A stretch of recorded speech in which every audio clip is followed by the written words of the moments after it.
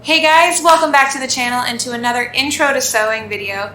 On today's video, I'm going to show you guys what to keep inside your sewing box, whether it's a picnic style, padded, quilted box like mine, or if it's your stereotypical cookie tin box from your grandma back in the 80s. Either one, I'm going to show you guys the best tools to keep inside. If you guys are excited for this video, give it a big ol' thumbs up and subscribe down below so you don't miss another video. Okay guys, so this is my sewing box. It is the cushion top quilted kind with a picnic style. You can get these boxes at your fabric store, your crafting store, Walmart, or even on Amazon. They're fairly inexpensive. Mine was actually a gift from my own grandmother. I had asked for it for Christmas since I wanted to get into sewing a few years ago. And I've had this ever since. I've had it probably over 5 years now. I don't know exactly how long, but it's been a long time and it's held up pretty well. But I'm going to show you guys what I keep inside of it before I had a crafting station like I do now.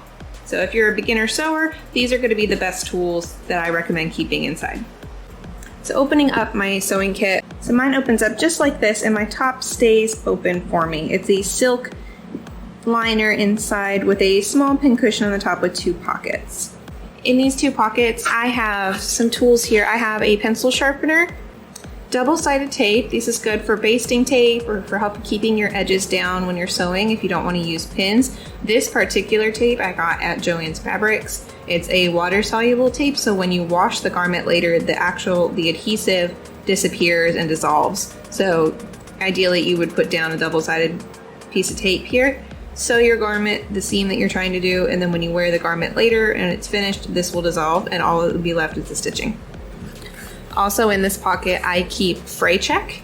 This is what I use when I'm working with really pesky fabrics before I have a serger or before the fabric is done, I'm done working with it. It just helps keep everything from unraveling. I also use this when I'm working with ribbon.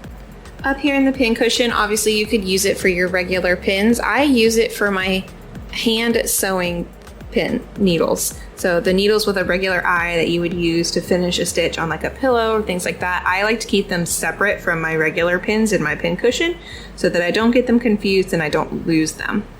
Moving on, most sewing boxes come with a top tray over the main cavity. In my top tray, I keep really the most basic things, the things that I'm going to use most often, and small things that I don't want to lose. That includes my bobbins. I have several bobbins of different colors just because of all my projects. I keep them all in here. I keep my empty bobbins in here when I actually have them empty. I keep safety pins for when I'm threading elastic, also just for when I'm trying on garments. My regular pins, this is my extra supply. My main supply is in my pin cushion, which is, I'll show you in a minute. These are my extra pins. Your thread, my sewing kit comes with these little pegs to hold your thread, so you'll keep some thread in here. Also, I have extra bobbins. Over here in the larger cavity, I have a measuring tape, which you'll need. I actually have 2 extra needles for my sewing machine, seam ripper. These are actually blades to my X-Acto knife. I have these in here just so I won't lose them. A pen. These guys right here are water-soluble Tailor's pencils. I have white and blue. These are what I used to use before I got a water-soluble marker. This is so you can mark on your fabric and draw your darts, your hems, your seams, anything like that. And these guys will disappear as you wash the garment.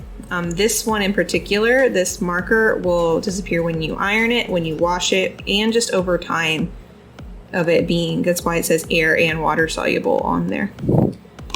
That's why I also have an eraser in here to erase the colored pencil in case I mess up. That's also why I have the pencil sharpener in here, is because of the colored pencils. I also have a regular pen and marker for when I'm working on and making my own patterns. This sewing tray lifts out and you have this deeper cavity compartment in here. In this compartment, this is where I keep all of my shears, my pins. So I have my regular scissors for cutting out the pattern in the tissue paper, regular papers like that.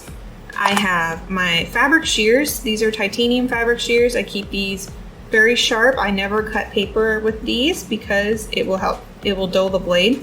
That is why I have 2 pairs of scissors here. These guys are for paper and for me to mess up, and these guys are for me to keep nice. I also have a rotary cutter for when I'm doing straight lines, things like that. I first got this rotary cutter when I was making knot tie blankets, and since I was cutting several short strips with a straight line, I got this guy just in case. This guy has a safety guard on it automatically. I am out of extra blades for this guy, but I would keep those in here as well if you have a rotary cutter. Since I have a rotary cutter in here, I have a miniature cutting board. For when I was making those small cuts, I would just slip this under my fabric real quick and cut on it. I have a larger version of this now that is on my tabletop, but I still keep this small one handy, especially when I'm moving around, traveling with my sewing kit, or if I'm just doing a really small project. Also in here, I have all of my pin cushions. I have way too many pin cushions to count, but I have two different types of pins. You'll see I have these small silver pins, and I have these pins with a rainbow top. I've gone back and forth between these two pins on which one to use. These guys are easier to see if you're working with like a thick fabric that you're worried you might lose a pin. And these guys obviously are really tiny and are hard to see. So if you have bad eyes or you're working with a thick fabric, I definitely recommend working with a pin with a bigger head size like this, or using sewing clips. I personally do not use sewing clips just because I grew up the old-fashioned way, but these are my two pin cushions. This is the first one I ever made. You can see my horrible closing stitch here. And this one I made back in high school when I was playing with an embroidery machine. So it's got some embroidery stitches on it. It actually has my name in the middle of it, but because I matched the thread so well, you can't see it.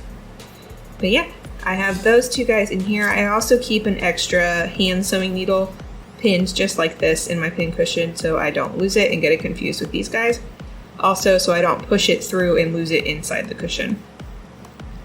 Also in here, I have my embroidery hoop for any embroidery designs that I'm working on. This guy in particular is very small, so I keep him in this box so I don't lose him. This is an old design that I started a long time ago that I never finished, but I keep telling myself that one day I'll come back and finish it and make it look better. But now it's just kind of a funny memory. So he's still on here, and have kept the hoop, but I keep that in here. Also, I have another box of extra pins. These are the bigger size pins. But yeah, that is what I keep inside. If you don't have one of the quilted boxes like I do, this is a plain old cookie tin. You could also use any box works with a lid, really. I have migrated all of my things from the cookie tin to the regular sewing box, but I still have this guy. Now I just keep my notions and my extra threads in it. So in here are my like spare threads, my embroidery threads, and it's kind of a big hot mess. You can see this guy here is just all tangled. I also have embroidery floss and things like that in here. I also put zippers and things like that in here sometimes. Some things I do not have in my sewing kit that I recommend you guys do keep are obviously any notions that you're working on in your project. So if you're working like with buttons or zippers, I would keep them in your kit so you don't lose them. Basically, anything that's part of your current project should be in your kit. I have a crafting station where everything has a home. So these guys actually have their own little drawer with millions of other buttons that I keep them in. That's why they're not in my sewing kit, but you guys, if you're just starting out and everything is in your kit, definitely put those in. I also recommend keeping any tools that came with your sewing machine. If you don't have a compartment attached to your sewing machine to keep these in, keep them in your sewing kit. My sewing machine has a removable arm where I can put all these things. So that's normally where I keep it. This one in particular is to my embroidery machine, but it has like miniature scissors, it has extra bobbins, it has a tool. Where is it? It goes. It has a tool, so if anything breaks, I need to take it apart. I keep all that together and I keep it with my sewing machine personally. But if your sewing machine doesn't have a compartment for it, keep it with your sewing kit. Do not lose these guys. They will save your life and save your machine should something break. Another option for you guys, if you don't like to use the water-soluble pen or the water-soluble color pencil, another option for you guys is Tailor's chalk.